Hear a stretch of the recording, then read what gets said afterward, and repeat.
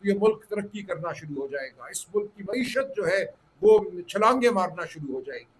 اب 4 سال مکمل ہو چکے ہیں اس جھوٹ کے نظام کو، جو ایک سازش کے تحت عوام کی حکومت، عمران خان کی حکومت اپریل 2022 میں گرائی گئی۔ اس کے بعد ایک ڈھونگ رچایا گیا، 8 فروری 2024 کے الیکشن کو چرایا گیا اور ایک مصنوعی حکومت قائم کی گئی، ایک ایسی پارلیمان قائم کی گئی جس کے پاس کوئی استحقاق نہیں ہے قانون سازی کا، آئین میں تبدیلی کا۔ اس کے ذریعے آئین اور قانون کو پامال کیا گیا۔ جو آج صورتحال عدالتوں کی ہے وہ صرف اور صرف 26ویں اور 27ویں ترمیم کی وجہ سے ہے۔ تو یہ سب کچھ کرنے کے بعد ہم کہاں کھڑے ہیں آج ہماری زراعت کیا ہے، ہماری صنعت کیا ہے؟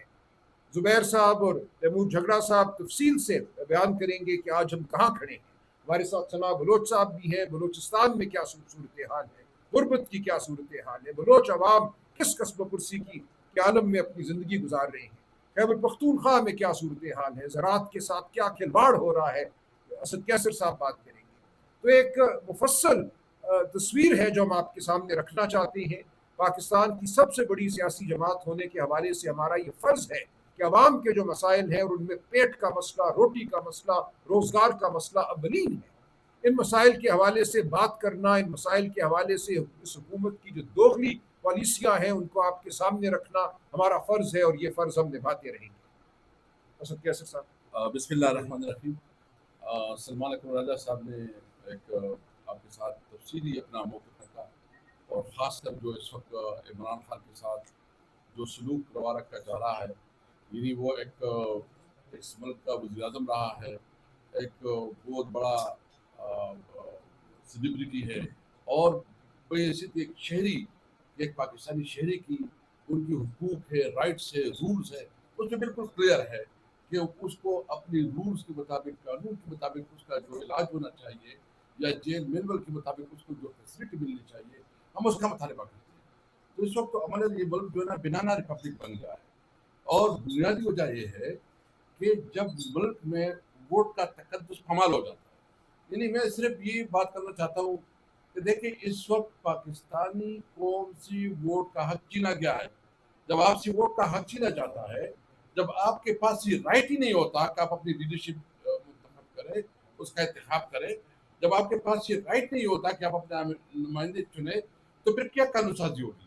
پھر وہی قانون سازی ہوگی جو مقتدرہ جس طرح چاہتی ہے کہ وہ ظلم اور جبر کا نظام ہو۔ 26ویں آئینی ترمیم میں بتائیں پاکستانی قوم کو کیا فائدہ ہوا، کیا بینیفٹس ملے۔ 27ویں آئینی ترمیم میں بتائیں۔ بلکہ میں یہ چیلنج کرتا ہوں کہ اس پارلیمنٹ نے، جو اس کو پارلیمنٹ کہنا بھی مجھے افسوس ہوتا ہے کہ اس کو پارلیمنٹ کہیں، کہ اس میں آج تک کوئی ایسا قانون ہو جو عوام کے مفاد کے لیے ہو۔ عوام کے مفاد کے لیے کوئی قانون سازی نہیں ہو رہی، کیونکہ پاکستانی عوام سے وہ حق چھینا گیا۔ ان کو پتا ہے، جو ادھر بیٹھے ہیں ان کو پتا ہے کہ ہمیں تو عوام نے منتخب نہیں کیا۔ 80 ہزار، 1 لاکھ 50 ہزار ووٹ سے ہاری ہوئی لوگ، پھر کیا وہ عوام کی کوئی پرواہ کریں گے؟ اس لیے سب سے پہلے پاکستان میں وہ پارلیمنٹ ہونا چاہیے جو عوام کی صحیح نمائندہ ہو، اور جو عوام کی بات کرے، عوام کی حقوق کی تحفظ کرے۔ دوسری بات میں یہ کہنا چاہتا ہوں کہ دیکھیں، یہ ابھی اکانومی کے اوپر تو ہمارے جو اکانومی سے متعلق زبیر عمر صاحب، تیمور صاحب اور ثنا بلوچ صاحب بات کریں گے، لیکن میں سمپل ایک عام شہری کی حیثیت سے بات کرتا ہوں کہ جو ہماری حکومت ختم ہوئی، ماشاءاللہ انہوں نے کہا کہ شہباز شریف جو ہے بہت بڑا چیمپئن ہے، وہ بہت جو ہے نا پتہ نہیں تیز رفتار ہے کہ کیا رفتار ہے، وہ جو ہے نا بہت بڑا اس میں سپیڈ ہے۔ آپ نے دیکھ لیا کہ وہ اسٹیٹسٹک آپ کے سامنے رکھیں گے کہ ہماری حکومت 9 اپریل کو ختم ہوئی 22 میں، اس وقت ہماری اکانومی کی پوزیشن کیا تھی اور اب کیا ہے، اس کا پورا تکاملی جائزہ لے لیں۔ اور اس وقت جو عام آدمی ہے، فارمر کو آپ دیکھ لیں، یعنی پنجاب کی جو فارمر ہے، کسان ہے، گندم کو جس طرح آپ ایک کو پتہ ہے کہ گندم کی کسان جس طرح رڑ گئے ہیں، جس طرح اس کی تذلیل کی گئی ہے، اس کی فصل کی توہین کی گئی ہے، جس طرح بیچارے وہ جو ہے نا اپنی بوریاں جہاں سوال اور محنت سے جو ہے نا اس کی فروخت کرنا چاہ رہے تھے، اس طرح کینو کی کسان کو دیکھ کے، آپ جو ہے نا گنے کے کسان کو دیکھ کے، آپ پٹسن کے کسان کو دیکھ کے، سارے کسان رڑ رہے ہیں، اور پھر بھی کہتے ہیں کہ پنجاب میں بڑی ترقی ہو رہی ہے۔ بھائی آئے سروے کریں نا, پوری پنجاب میں سروے کریں, چلے کہ آپ سروے کریں کہ اس وقت کسان کی حالت کیا ہے, مزدور کی حالت کیا ہے, ایون جو انویسٹر ہے, جو بزنس مین ہے, اس کی حالت کیا ہے. اور اتنی بڑی دعوت دنیا میں کر رہے ہیں. ہم نے تو آپ کو پتا ہے کہ پاکستان کی خاطر اس ساری جو انہوں نے کیا, ہم نے اس کو سپورٹ کیا کیونکہ پاکستان کی خاطر. لیکن اس کے بدلے پاکستان کو کیا ملا؟ ابھی تک کوئی انویسٹمنٹ آئی, کوئی ایسا روزگار کے مواقع پیدا ہو گئے. یہ حکومت مکمل طور پر ناکام ہے. اس حکومت کی کوئی فائنانس منسٹر ہے, اس سے صرف اتنا سوال کرتا ہوں کہ آپ اس وقت ایک غریب کسان, ایک غریب مزدور اور ایک عام نوکر پیشہ, اس کی گھر کی بجٹ جو ہے نا بنا کے دے دے کہ بجلی کی مہنگی بلیں کیسے ادا کرے, گیس کی بلیں کیسے ادا کرے, آٹا کیسے خریدے, یا جو بھی چیزیں ہیں. اس لیے ضرورت اس وقت, اور پھر جو کل جو واقعہ ہوا ہے, یعنی مجھے یہ بتایا کہ جوڈیشری کے ساتھ جو ہوا کہ آپ جب ججز کو ٹرانسفر کریں, دنیا کی تاریخ میں کوئی سے ایسا نہیں. ٹھیک ہے, ہوگا جب وہ اپنے خواہش سے یا اپنی مرضی سے جاتے ہیں, لیکن جب آپ اس کو سزا دیتے ہیں تو جب جج اپنی لیے انصاف نہیں مان سکتا, اپنی لیے انصاف نہیں کر سکتا, تو وہ قوم کو کیا انصاف دے گا؟ دنیا میں کیا اس کی تصویر پاکستان کی بنی؟ اس لیے پاکستان عملاً ایک بنانا ریپبلک ہے. اس پہ اس وقت نہ کوئی قانون ہے, نہ کوئی آئین ہے, نہ پارلیمنٹ کی سے ہے. اس وقت ہمیں جو اس وقت جدوجہد کا ہمارے لیے واحد راستہ ہے.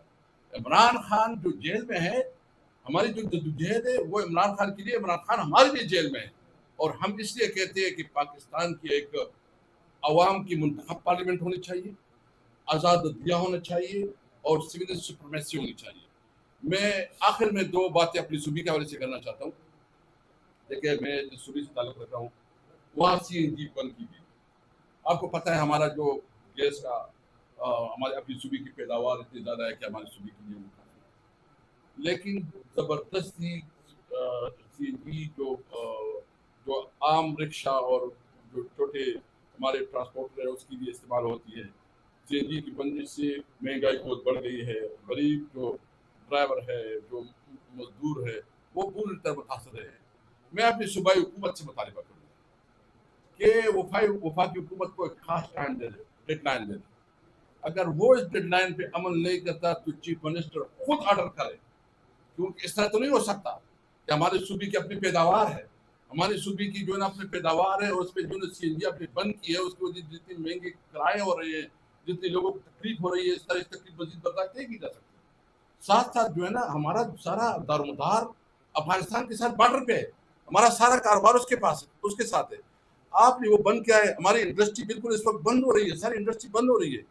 NFC میں جو ہمارا شیئر ہے, وہ سارے اسٹیٹسٹک جو ہے نا تیمور صاحب آپ کے سامنے رکھیں گے. NFC میں ہمارے شیئر جو ہمارا پرسنٹیج ہے, جو کہ 14% سے 19% بن گیا, وہ آپ شیئر نہیں دے رہے. اور وہ شیئر چھوڑو جو آلریڈی ایگریڈ ہے, اس کی بھی پیمنٹ نہیں ہو رہی.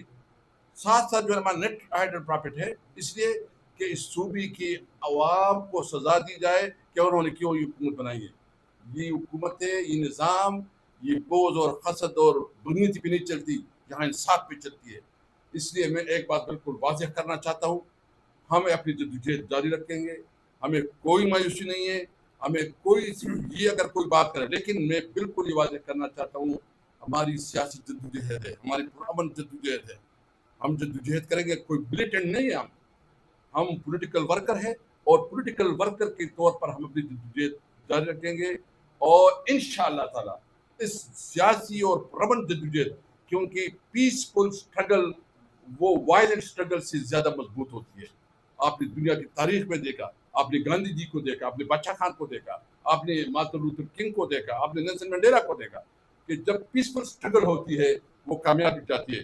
عمران خان نے جو ہمیں سبق سکھایا ہے, وہ اس بات کا ہے کہ ہم نے پرامن جدوجہد جاری رکھی. بہت شکریہ جی. زبیر احمد صاحب.